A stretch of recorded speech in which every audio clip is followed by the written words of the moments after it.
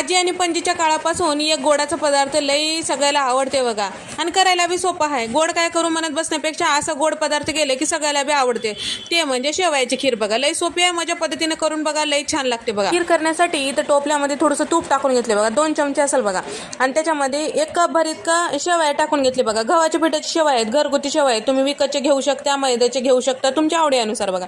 त्याच्यामध्ये काजू, बदाम, किशमिश टाकून घेतले बघा. याच्यासोबतच परतून घ्यायचं. कोणी कोणी काय करते, तुपामध्ये परतून घेते पहिलं, मग काढून ठेवून टाकतात बघा. ते एक कामच. आता याच्यामध्ये परतून घेतलं तर होईना का, मी तसंच केले बघा. छान परतून घ्यायचं लालसर होईपर्यंत बघा. आता शेवया तुपामध्ये छान लालसर परतून घेतल्यानंतर दूध टाकायले बघा.